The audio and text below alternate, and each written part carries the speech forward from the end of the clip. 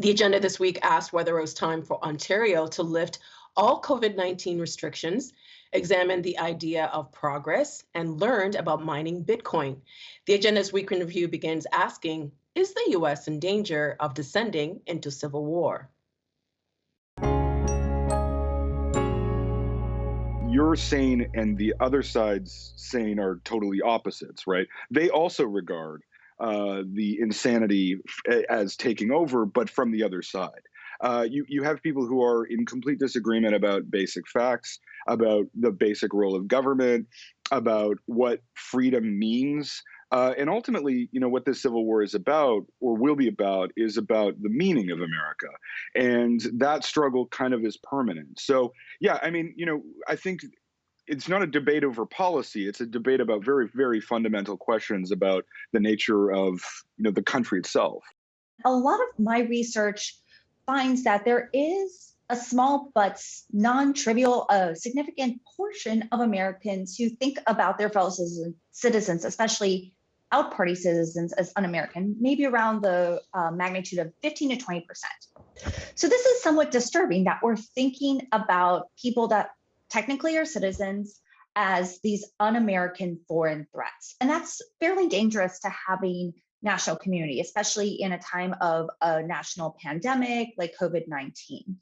So I am definitely concerned that there are these divisions set up. We see a lot of partisan sorting where each political party is increasingly characterized by one set of people that is defined by race, religion, geography, gender, values, and ideology. So we are seeing the two parties are very different across the aisle in terms of who they represent, what they believe in, and where they live. So in some ways, a lot of on the ground, the public opinion and the partisan composition of America really does align with Stephen Marsh's premise. Well, look, I agree with Stephen's take that institutional breakdown has a lot to do with the divisions in America today. And I think things are getting really bad in America.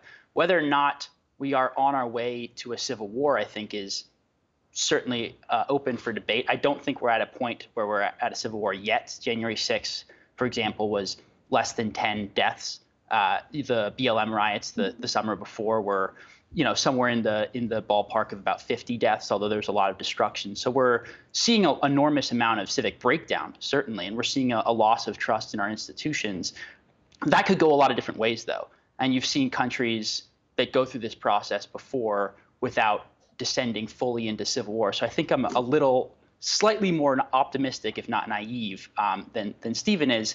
I would just add, though, that I think the breakdown in confidence in our institutions, the context that needs to be added there, is a large part of that is the result of the behavior of the people who run our institutions themselves. There's a lot of talk in DC circles, for example, that about sort of the problem with a declining trust in institutions. There's not as much self-reflection as I'd like to see from the actual people who are running our institutions about exactly what their role was in declining trust. I mean, I think that has to be a large part of the conversation. The divisions between Americans today aren't just left-right. They are an insular upper class of about the upper one-third of American society and middle America. And I think that those divisions have been exacerbated by people at the top behaving in ways that alienate middle Americans and then turning around and lecturing middle Americans about not having confidence in their institutions. So part of these divisions, I think, have to do with the fact that the institutional authorities that we traditionally look to as a source of expertise, a source of authority on any number of things, have ruined their own legitimacy with a large swath of Americans. And any sort of path to national renewal and healing has to take that into account. Okay. Dylan, let me get you on the record as to whether you think America could be headed for another civil war. I don't find civil war to be a useful term for the kind of civic conflict that we have in the United States right now, especially because of the specific historical context in the United States. Often in these discussions, people like Stephen or the political scientist Barbara Walter, who has been very vocal in raising alarms about a potential second civil war, Well, be careful to state that they're talking about something like an insurgent conflict, something like 1,000 deaths per year, as Stephen said. Walter has drawn analogies to something like the Troubles in Northern Ireland. In an American political context, people understand the word civil war to mean something rather specific, which is sort of armies on battlefields mobilized by states. The first American Civil War killed 2.5% of the American population. The equivalent today would be something like 7 million Americans being killed in armed conflict. There just isn't evidence, to my eyes, that enough Americans support violence of that scale, that the kind of breakdown is so sectional and regional as it was in the 1860s.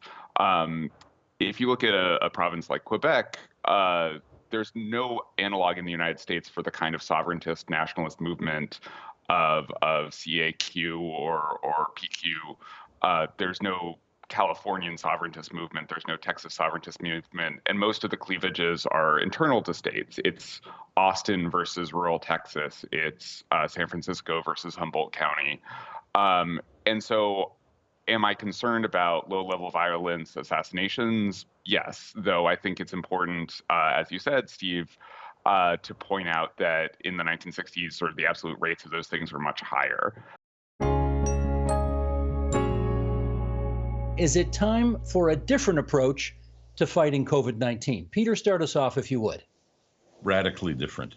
In my view, looking at what's happened over the past 2 years, and it's not always the popular view, I happen to think that Ontario's done very well. I think that the Ford government taking baby steps at first and being maybe overzealous with lockdowns helped us an awful lot 2 years ago. The difficulty that we're in now is that oft-used expression, wash, lather, rinse, repeat. If it worked 2 years ago, it must be okay for this time. And I don't think that's true. And we see it looking around the United States, particularly where I happen to be for the past month or 5 weeks. And I know a lot of people with this illness and the scope of it. And I don't think it warranted what we did. And I think that the damage, the collateral damage, and I'm talking now about our kids and the whole issue of businesses, people with huge mortgages on their house to try to keep the business alive. I think that damage is going to be far worse than Omicron would have brought to us. Jan De Silva, your view.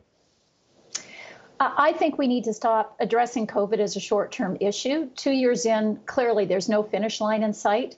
And for the business community, we need to be, yes, continuing to focus on vaccination, but also putting every additional layer of protection in place to keep our businesses open, to enable us to continue to gather and meet.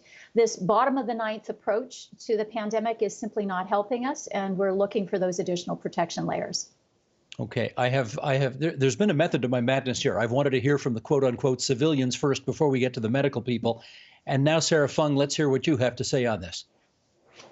I think the approach over the past 2 years has been haphazard at best. There is a lot of evidence out there, a lot of learnings that came out of SARS, if you remember back to 2002, 2003. And one of the things I think we should have been looking at from the beginning is a precautionary principle. So at the beginning, when we didn't know a lot about COVID and how it was spread, I think we should have treated it as though it was airborne and put all those precautions into place until we learn more. So, and even in terms of the school shutdowns, I believe we're on our fourth shutdown now. I have 2 kids that are in school. And this has been it's really impacted them in a negative way. And I think at this point, those of us that have done everything we should be doing should be allowed some more freedoms. And in terms of getting back to quote unquote regular pre-pandemic life, I think that's something we need to focus on. Okay, Dr. Peter Jüni, let's hear what you have to say on that score. Oh, I think it's inevitable. Things are changing. It's changing now with Omicron. Omicron is this last really big challenge. We need to be very careful that our healthcare system doesn't get overwhelmed. We need to be aware of that we did actually tremendously well during the last few waves, including the Delta wave. This worked absolutely fabulously, actually, in terms of, being slow and steady. This approach worked. And now what will happen after Omicron is that nearly everybody will have had some immunity. Quite a few people, unfortunately, through infection only, but quite a lot of us through a combination of infection and vaccination, or just vaccination. And this will change the face of the pandemic, and we will not have the same challenges to face anymore than what we're having right now. Right now, it's a few more weeks, but it's not for long. All right, let me do another round with the four of you, because I'm hearing various degrees of relative unhappiness with the way the current Ontario government has approached this. And I guess, Peter, if I were to ask you, tell me one thing about the current Ontario government's approach that you think needs to be changed right away. What's that one thing? Open everything up, the business aspects and the school aspects. Now, I know school is going back into session next week. That's great for the kids, but business has to operate as well, and I'd like to see it go forward that way.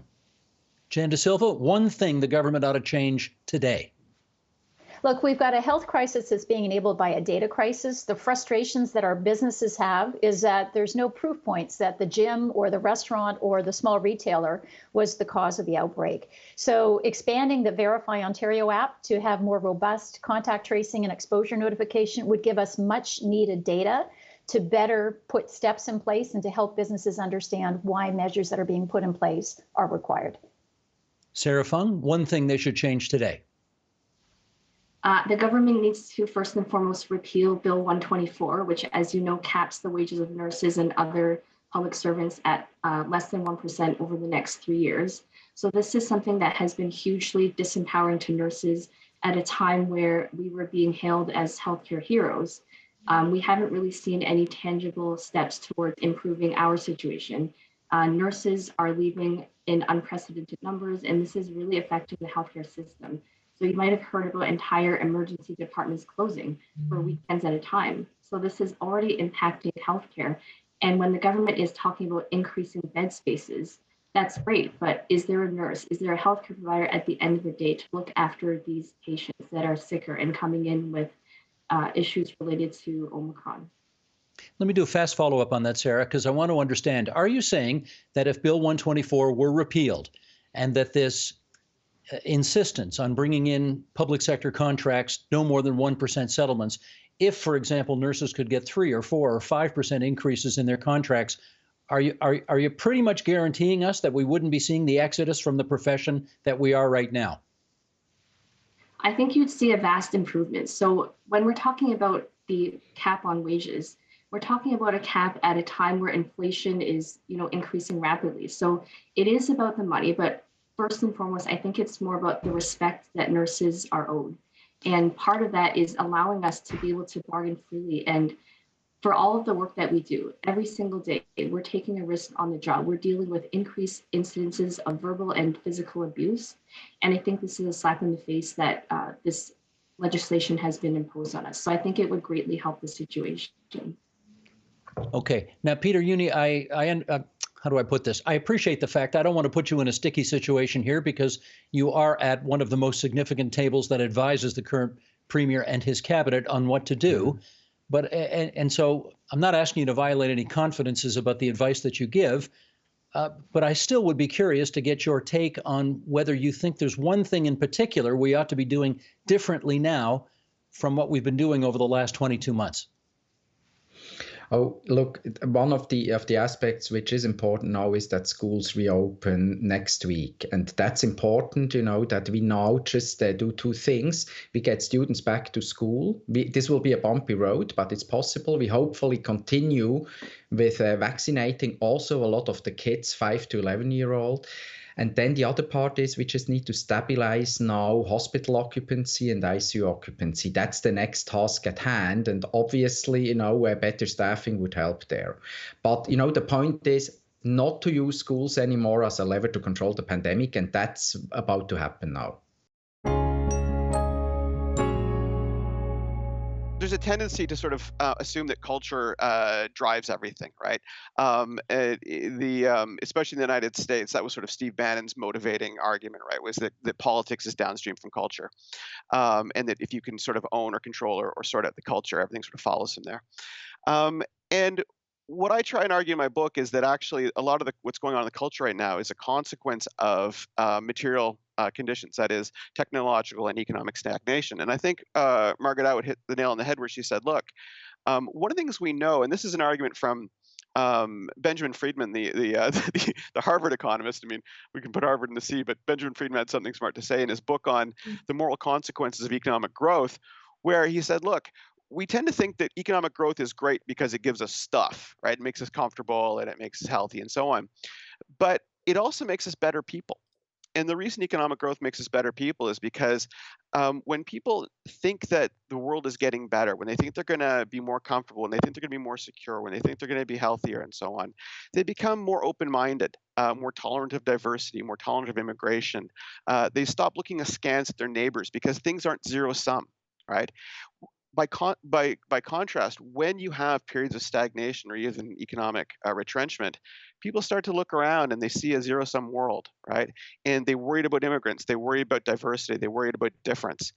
And so I think she's absolutely right that I do think that one of the big problems here that is driving a lot of what's going on right now is the ongoing and quite serious economic stagnation we're into right now. Alana, there's this great quote of Dr. Martin Luther King Jr.'s in which he says, "The arc of the moral universe is long, but it bends towards justice." Do you still believe that? Yeah, I would just encourage people to understand that whatever view of the arc they have, it's much bigger. Things often have a longer trajectory, both longer and shorter trajectories than people assume. There's a quote from a writer that I love, which is that it's not the end of the world, it's just the end of you. And what I really like about it is that that's right. I mean, we really have to understand that what's happening in our own lives may not be does not give us the full view of what's happening more broadly. And so to the extent that we should adjust our work, what we focus on, our own priorities, that's good to know that. Also means that we should adjust our expectations. All right. Well, you have told us throughout this conversation that you are optimistic about the future and our ability to sort of recreate the institutions which may be letting us down today. How do you see that happening? I think we have to build new ones. I really do believe that. I believe that we have to really, we have to get into a mindset that everything we know might be irrelevant. That goes for every cultural institution. Do you think that books should have these X publishers? Imagine they don't anymore. Imagine every single book publisher, every single movie studio, every single college and university, every single governmental organization. Imagine that none of it exists tomorrow. What do we build in its place? And to me, that feels very exciting, and it feels hopeful. It also feels like where a lot of the younger people that, at least that I encounter, want to focus. That's where they want to be. They want to be in a world where they can focus on what they can build. As one of them said to me, like, I love my parents very much, but if I have to sit with them and obsess about the New York Times for one more minute, I'm actually gonna like kill someone. And like, they're like, I don't care. I don't care about the New York Times. I don't care what's going on college campuses. I don't actually care about any of this. I just want to build something new. And that energy is where I get enormous hope, enormous optimism. It's where I want to live.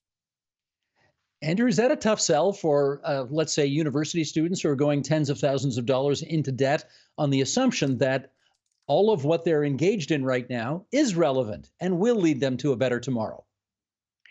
You know, that's interesting, because what I think Alana really kind of hit the nail on the head there, where one of the things that's happening that is a lot different from when I was a student is when I was a student in the early 1990s, right? What happened on university campuses stayed on university campuses, and largely what's going on right now is the logic and culture and psychology of being a student has simply taken over the entire society, right? It's taken over newsrooms, it's taken over businesses, it's taken over governments, and so on, which. I hope Alana's right that this is just something that's going to get eventually flushed out. Because and she may be right, and I hope she is, that ultimately we're going through a bit of a cultural madness right now that's going to get flushed out one way or another. But I think I think if that happens, it'll be a good thing and it will help. I don't think it's going to solve our long-term problems. I think the long-term problems are much more deep and much more structural than the culture, although the culture is certainly a huge part of the problem. I think ultimately, what people search for when they go into this world of cryptocurrency, it's also what they search for when they lust after the Wild West back in those days. They're searching for freedom and adventure. And back then, I want to say back then I was very young. I'm still very young now. And I think people like me, I think we are searching for those things. Well, you pointed out you do write for some other publications still, and you did write in the Globe and Mail that Bitcoin evokes that long-standing phenomenon we know as the frontier myth. How does it do that? I think I'm not the first person to make that comparison. I think lots of people have compared Bitcoin and cryptocurrency, this world, to the Wild West. But where our conclusions differ is that I don't consider the comparison to be an insult. I think while the actual Wild West, it's full of injustice, colonialism, and brutality, the idea of the West, what beckons people there, that is very positive. Why do people go to the West in the past? Because it offers freedom and it offers opportunity and riches. But more important than that, in the Wild West, you are free from the societal hierarchies back home. You know, how things are structured in normal society, it may not matter that much in the West. And I think the world of crypto is very much like that. And people seeking it what people sought in the West back then. So there is, in your view, a kind of a typical crypto personality that might be particularly attracted to that world. Is that fair to say? Oh, yeah, absolutely. But I think the world is diverse and we all have a lot of differences. But I think underneath all that, everyone in it does have something very similar, because when I went to North Korea for that crypto conference, right before then, I met a whole bunch of the other attendees. We had nothing in common, but the first thing a guy said to me was, "Why did you decide to do this outlandish thing of going to North Korea?" And my only response was, "Well, what about you?" And we all just laughed, and we never really addressed that. But I think we knew we shared something in an unspoken way. Well, as a matter of fact, that is question 8 on my list here. Why in heaven's name would you go to North Korea? You sort of answered it right now, but well, let's put it this way. Admittedly, you're a bit of a child of the world, right? You're born in China, but you grew up in West Germany, and now here you are in North Korea. Did it at any point occur to you that that might not be the smartest thing in the world to do? Mm-hmm. Yeah, so firstly, why I decided to go to North Korea, other than the crypto aspect, because North Korea was holding a cryptocurrency conference. It was also that I think of North Korea as a time capsule, because when I always tell my parents of how weird North Korea is, they would say, "It's not weird. This is the China in which I grew up." But over the years, China has changed a lot, and North Korea has remained rather stagnant. So I've always thought that if I can go to North Korea, I can sort of see how my parents grew up. And I've long wanted to go to North Korea. And when the crypto conference came, I was like, I have to go. And also, I should say that North Korea, it's before the pandemic, at least, it has opened itself to tourism. Lots of people go there all the time. And so while it may not seem like a normal thing to do, it's not, in my view at least, completely outlandish. Well, it may be that more people are going there, but if I read your book correctly, there's a lot more people who are trying to get out of there right now. As you look back on the experience now, would you advise other people to go to North Korea? Well, I would say, I guess probably yes. I think it depends on your personal risk tolerance, and I actually don't see why not. And probably not in the pandemic because they've suspended these tours. But if they ever come back again, these are legitimate tourism companies, and they take you there. And generally, I would think of it as quite safe.